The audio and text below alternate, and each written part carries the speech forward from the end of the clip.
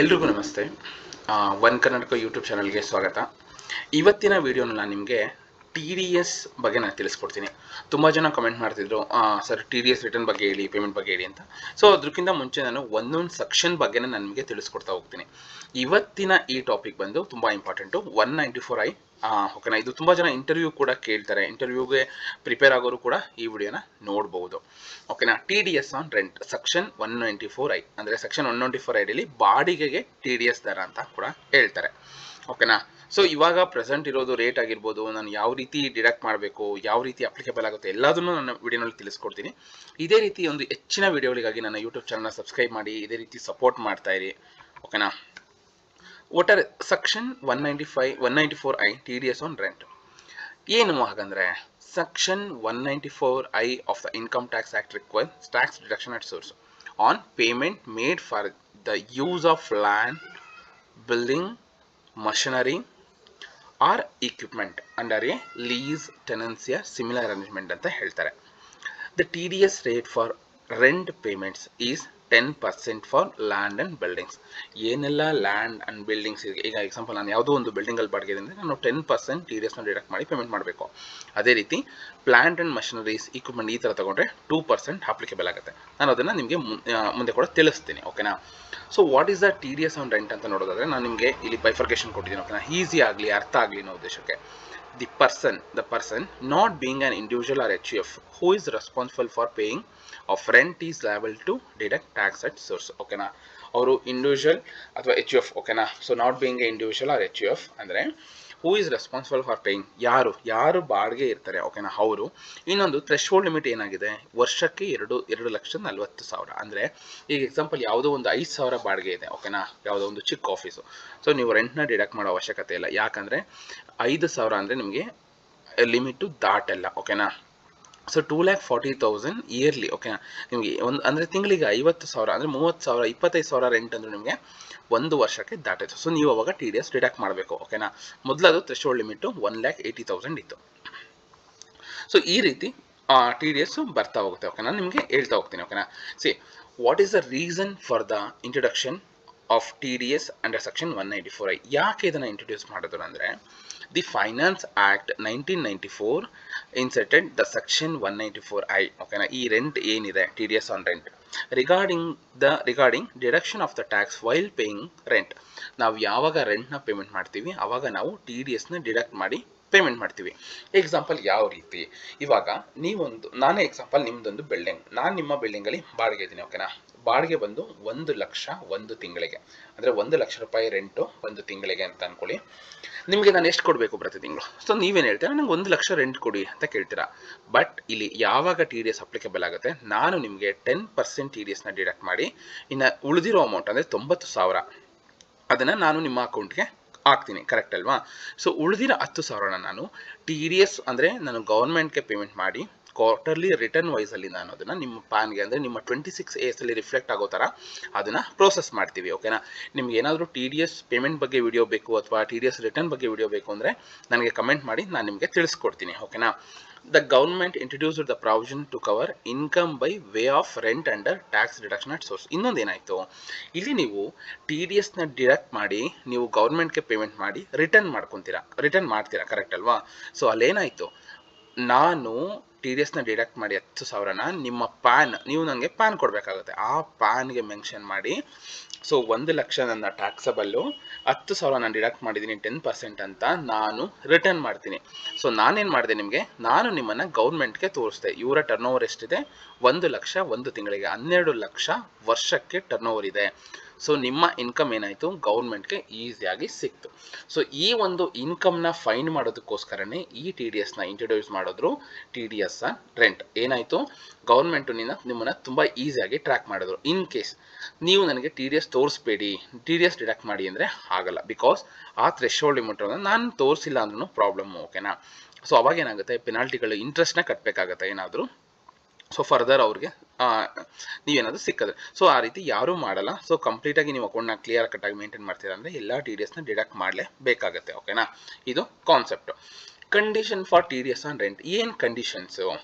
For TDS deduction the PAN number of the landlord, ಅಂದರೆ ನೀವು ನಿಮ್ಮ ಲ್ಯಾಂಡ್ ಲಾರ್ಡ್ದು ಓನರ್ದು or the person receiving a rent must be given to the payee. ನೀವು ನಿಮ್ಮ ಪ್ಯಾನ್ನ must be given to payee, ಅಂದರೆ ನನಗೆ ನಿಮ್ಮ ಪ್ಯಾನ್ನ ಕೊಡಲೇಬೇಕು. If it is not given, ನಾನೇನು ಮಾಡ್ತೀನಿ, 10% ಡಿಡಕ್ಟ್ ಮಾಡುವ ಜಾಗದಲ್ಲಿ 20% TDSನ ಡಿಡಕ್ಟ್ ಮಾಡ್ತೀನಿ ಅಂಡರ್ ಸೆಕ್ಷನ್ 206AA. ಸೊ ಹಾಗಾಗಿ ಏನು ಮಾಡ್ತೀರಾ, ಸೊ ನಿಮ್ಮ ಟರ್ನ್ ಓವರ್ಗೆ ಎಫೆಕ್ಟ್ ಆಗುತ್ತೆ. ಎಕ್ಸಾಂಪಲ್, ನೀವು 90,000 ಬರ್ತಿರೋ ಇನ್ಕಮ್ಮು 80,000 ಬಂದರೆ ಏನಾಗುತ್ತೆ, ನಿಮ್ಮ ಒಂದು ಟರ್ನ್ ಓವರ್ಗೆ ಎಫೆಕ್ಟ್ ಆಗುತ್ತೆ, ನಿಮ್ಮ ಬಿಸ್ನೆಸ್ಗೆ ಎಫೆಕ್ಟ್ ಆಗುತ್ತೆ. ನಿಮ್ಗೆ ಯಾವುದೋ ಒಂದು ಎಲ್ಲೋ ಯಾವುದೋ ರೀತಿ ಒಂದು ಕಮಿಟ್ಮೆಂಟ್ ಇರುತ್ತೆ. ಸೊ ಈ ರೀತಿ ನಿಮಗೆ ಪ್ರಾಬ್ಲಮ್ ಆಗ್ತಾ ಹೋಗುತ್ತೆ, ಕರೆಕ್ಟ್ ಅಲ್ವಾ? ಸೊ ಇನ್ನೊಂದೇನು, the TDS on rent does charge any education cess or secondary higher educations ಅಂತ ಹೇಳಿದ್ದಾರೆ. ಅಂದರೆ ಯಾವುದೇ ರೀತಿ ಎಜುಕೇಷನ್ ಸೆಸ್ ಆಗಿರ್ಬೋದು ಅಥವಾ secondary or higher education cess ಇಲ್ಲಿ ಬರೋದಿಲ್ಲ. ಓಕೆನಾ? So what is the meaning of rent reference to section 194I? ಯಾವ್ದು ಬರುತ್ತೆ ಅನ್ನೋದಕ್ಕೆ ನಾನು ಎಕ್ಸಾಂಪಲ್ ನಿಮಗೆ ತೋರಿಸಿರೋದಿಲ್ಲಿ. ಲ್ಯಾಂಡ್, ಓಕೆನಾ? So building including factory building, machinery, plant or equipment or furniture, fitting, ಇಷ್ಟು ಕೂಡ ಒಂದು ಎಕ್ಸಾಂಪಲ್ ನಾನು ನಿಮಗೆ ತೋರಿಸಿರೋದು. ಇಷ್ಟು ಕೂಡ ರೆಂಟ್ನ ಅಪ್ಲಿಕೇಬಲ್ ಆಗುತ್ತೆ. ಓಕೆನಾ? ಸೊ ನಾನು ನಿಮಗೆ ಸಿಂಪಲ್ ಆಗಿ ಒಂದು ಚಾರ್ಟ್ನ ತೋರಿಸಿದ್ದೀನಿ. ಓಕೆನಾ? ಎಷ್ಟು ಪರ್ಸೆಂಟ್ ಅಪ್ಲಿಕೇಬಲ್ ಯಾವುದಕ್ಕೆ ನೋಡ್ಬೋದು ನೀವು ಇಲ್ಲಿ ಲೆಫ್ಟಲ್ಲಿ ಕೊಟ್ಟಿರೋದು. Payment for the use of machinery, equipment, plant, ಈ ರೀತಿ ಇರೋದಕ್ಕೆ 2% TDS ಅಪ್ಲಿಕೇಬಲ್. ಓಕೆನಾ? So payment for use of land and building, furniture, fitting etcetera, ಈ ರೀತಿ ಇರೋದಕ್ಕೆ 10% TDS ಅಪ್ಲಿಕೇಬಲ್. ಸೊ ನಾನು ಇಷ್ಟು ಹೇಳಿರೋದ್ರಲ್ಲಿ ನಿಮ್ಗೆ ಏನಾದರೂ ಡೌಟ್ ಇದ್ದರೆ ನನಗೆ ಕಮೆಂಟ್ ಮಾಡಿ, ನಾನು ನಿಮಗೆ ತಿಳಿಸ್ಕೊಡ್ತೀನಿ. ಓಕೆನಾ? ಸೊ ನಿಮ್ಗೆ ಏನಾದರೂ ಡೌಟ್ ಬಂದರೆ, ಸೊ ಒಂದು ಪ್ರಾಬ್ಲಮ್ ನೋಡೋಣ ಬನ್ನಿ. ಓಕೆನಾ? ಸೊ ಯಾವ ರೀತಿ ಪ್ರಾಬ್ಲಮ್ ಇದೆ ಅಂದರೆ ಇಲ್ಲಿ ನೋಡ್ಬೋದು ನೀವು. ನಾನು ಆಲ್ರೆಡಿ ನಮ್ಮ ಮತ್ತು ನಿಮ್ಮ ಮಧ್ಯೆ ನಾನು ಒಂದು ಎಕ್ಸಾಂಪಲ್ ಕೊಟ್ಟಿದ್ದೀನಿ. ಇಲ್ಲಿ ಒಂದು ಪ್ರಾಬ್ಲಮ್ಸ್ ಥರನೇ ಬನ್ನಿ. ಓಕೆ? ಏಕೆಂದರೆ ನಿಮಗೆ ಇಂಟರ್ವ್ಯೂ ಮಾಡಬೇಕಾದ್ರೆ ತುಂಬ ಕೇಳ್ತಾರೆ. ಓಕೆ? ನೀವೇ ಕ್ರಿಯೇಟ್ ಮಾಡ್ಕೊಂಡು ಹೇಳಿ ಈ ರೀತಿ. ಓಕೆನಾ? ಸೊ ABC ಪ್ರೈವೇಟ್ ಲಿಮಿಟೆಡ್ ಅನ್ನೋದು ರನ್ಸ್ ಬಿಸ್ನೆಸ್ ರನ್ ಮಾಡಿರ್ತಾರೆ. ರೆಂಟ್ ಬಿಲ್ಡಿಂಗ್, ಒಂದು ಬಿಲ್ಡಿಂಗ್ನ ತಗೊಂಡು ಬಿಸ್ನೆಸ್ನ ರನ್ ಮಾಡ್ತಿರ್ತಾರೆ. ಮಂತ್ಲಿ ರೆಂಟ್ ಬಂದು 25,000 ರೆಂಟ್ ಇರುತ್ತೆ ಅವರಿಗೆ, ಕರೆಕ್ಟ್ ಅಲ್ವಾ? ದ ಬಿಲ್ಡಿಂಗ್ ಓನರ್ ಯಾರಿದ್ದಾರೆ, ಅವರು ಇಂಡಿವಿಜುವಲ್, ಅವರು ಮಿಸ್ಟರ್ ಜಾಯ್ ಅಂತ. ಓಕೆನಾ?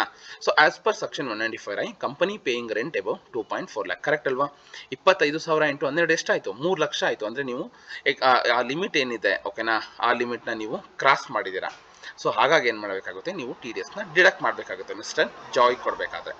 ಸೊ ನೆಕ್ಸ್ಟ್ ಫರ್ದರ್ ಏನು, ಇಲ್ಲಿ 10% TDS ಅಟ್ರಾಕ್ಷನ್ ಆಗುತ್ತೆ. ನಿಮಗೆ ಗೊತ್ತಾಯಿತು, ಲ್ಯಾಂಡ್ ಆ್ಯಂಡ್ ಬಿಲ್ಡಿಂಗ್ ಇದು, ಬಿಕಾಸ್ ನೀವು ಬಾಡಿಗೆ ಇರೋದು. And tax should be deducted by ABC private limited, correct ಅಲ್ವಾ? ಸೊ ಕಂಪನಿನೇ TDS ಡಿಡಕ್ಟ್ ಮಾಡಿ ಮಿಸ್ಟರ್ ಜಾಯ್ ಕೊಡಬೇಕು, ಯಾಕಂದರೆ ಅದು ಬಿಲ್ಡಿಂಗು ಜಾಯ್ದು. ಓಕೆನಾ?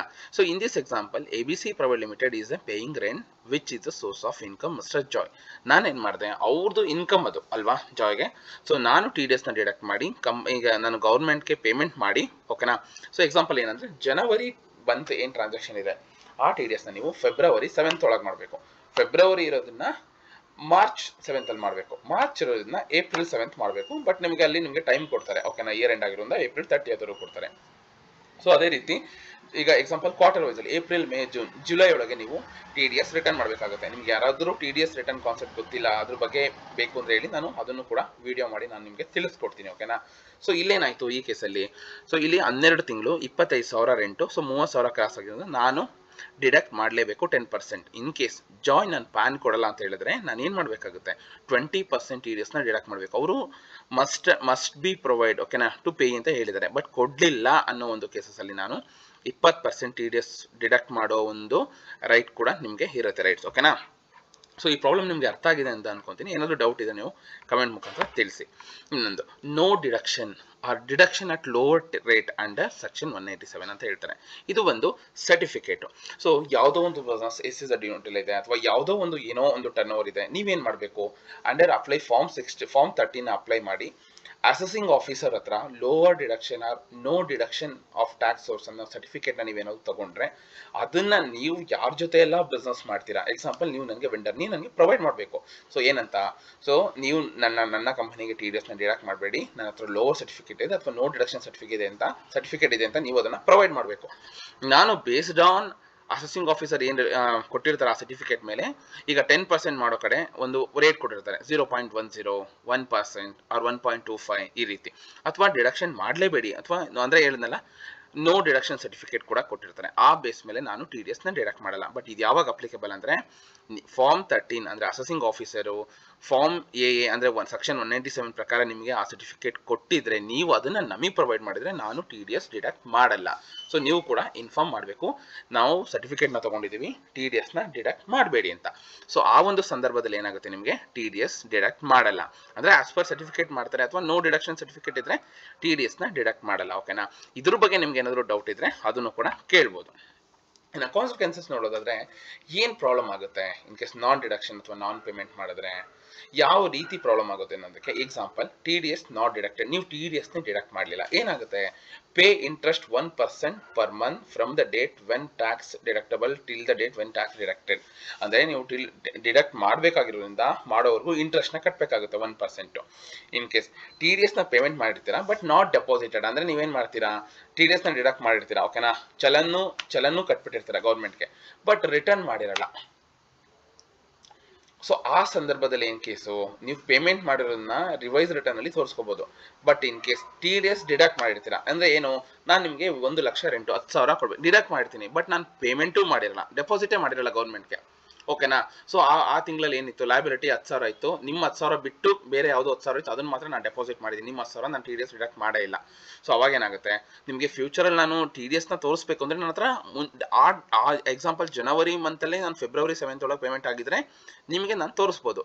ಸೊ ನಾನು ಮಾರ್ಚ್ವರೆಗೂ ಮಾಡಿಲ್ಲ ಅಂದರೆ ನಾನು ಅವಾಗ ಏನಾಗುತ್ತೆ, 2 ತಿಂಗಳದು ಏನಿದೆ 1.5% ಇಂಟ್ರೆಸ್ಟ್ನ ಬೇರ್ ಮಾಡಿ ನಾನು ಅವಾಗ ಡೆಪಾಸಿಟ್ ಮಾಡಿ ಅದನ್ನು ನಾನು ರಿಟರ್ನಲ್ಲಿ ತೋರಿಸ್ಬೇಕಾಗುತ್ತೆ. ಅಂದರೆ ನನಗೆ ಏನಾಯ್ತಲ್ಲಿ 1.5% ಇಂಟ್ರೆಸ್ಟ್ ಪರ್ ಮಂತ್ ನನಗೆ ಲಾಸ್ ಆಗ್ತಾ ಹೋಗುತ್ತೆ. ಸೊ ಹಾಗಾಗಿ ಪ್ರತಿ ಮಂತು ಆ ಮಂತಿನ ಲಯಬಿಲಿಟಿ ಅಂದರೆ ಏನಿದೆ ಪ್ರಾವಿಷನ್ ಬುಕ್ ಮಾಡ್ತಾರೆ ಅದ್ರ ಮೇಲೆ ನಾವು TDSನ ಡಿಡಕ್ಟ್ ಮಾಡಿ ಕ್ವಾರ್ಟರ್ಲಿ ರಿಟರ್ನ್ಸಲ್ಲಿ ತೋರಿಸ್ತೀವಿ. ಓಕೆನಾ? ಸೊ ನಾನು ರಿಟರ್ನ್ ಬಗ್ಗೆ ನೆಕ್ಸ್ಟ್ ವಿಡಿಯೋನಲ್ಲಿ ನಿಮಗೆ ಹೇಳ್ಕೊಡ್ತೀನಿ. ಓಕೆನಾ? ಇದು ಕಾನ್ಸೆಪ್ಟ್. ಮಾಡಲಿಲ್ಲ ಅಂದರೆ 1.5% ಪರ್ ಮಂತ್ ನಿಮಗೆ ಇಂಟ್ರೆಸ್ಟ್ ಅಪ್ಲಿಕೇಬಲ್ ಆಗುತ್ತೆ. ಓಕೆನಾ? ಈ ಕೇಸಲ್ಲಿ. ಓಕೆನಾ? ಇನ್ನೊಂದು, TDS on rent pay to NRI. ಯಾರೋ ಒಬ್ರು ನಾನ್ ರೆಸಿಡೆಂಟ್, ಓಕೆನಾ, ಬೇರೆ ದೇಶದಲ್ಲಿ ಇರ್ತಾರೆ, ಅವರು ನಿಮಗೆ ಇಲ್ಲಿ ರೆಂಟ್ ಕೊಟ್ಟಿರ್ತಾರೆ, ನೀವು ಅವ್ರ ಅಕೌಂಟ್ ಹಾಕಬೇಕು. ಯಾವ ರೀತಿ TDS ಅಪ್ಲಿಕೇಬಲ್ ಆಗುತ್ತೆ, ಅವರೆಲ್ಲೋ ಇರ್ತಾರೆ, ಓಕೆನಾ, ಸೊ ಅಥವಾ ಅವ್ರ ಓನರ್ ಬಂದು ಫಾರಿನರ್ ಇರ್ತಾರೆ. ಸೊ ಅದು ಏನಾಗುತ್ತೆ ನಿಮಗೆ ಅಂದರೆ 30% plus search charge plus 4% cess must be deducted ಅಂತ ಹೇಳ್ತಾರೆ. ಓಕೆನಾ? ಸೊ 30% TDS ಡಿಡಕ್ಟ್ ಮಾಡಬೇಕು, ಸರ್ಚ್ ಚಾರ್ಜು ಡಿಡಕ್ಟ್ ಮಾಡಬೇಕು, plus 4% cess must be deducted ಅಂತ ಹೇಳ್ತಾರೆ. ಇದು NRIಗೆ. ಓಕೆನಾ? ಸೊ ಈ ರೀತಿ TDS ಕಾನ್ಸೆಪ್ಟ್ ಇರೋದು. ಏನಾದರೂ ನಿಮಗೆ ಕನ್ಫ್ಯೂಷನ್ ಅಥವಾ ಏನಾದರೂ ಡೌಟ್ಸ್ ಇದ್ರೆ ವಿಡಿಯೋಗೆ ಕಮೆಂಟ್ ಮಾಡಿ, ನಾನು ನಿಮಗೆ ತಿಳಿಸ್ಕೊಡ್ತೀನಿ. ಇದೇ ರೀತಿ ಹೆಚ್ಚಿನ ಮಾಹಿತಿಗಾಗಿ ನನ್ನ ಯೂಟ್ಯೂಬ್ ಚಾನಲ್ನ ಸಬ್ಸ್ಕ್ರೈಬ್ ಮಾಡಿ, ಇದೇ ರೀತಿ ಸಪೋರ್ಟ್ ಮಾಡ್ತಾ ಇರಿ. ಧನ್ಯವಾದಗಳು.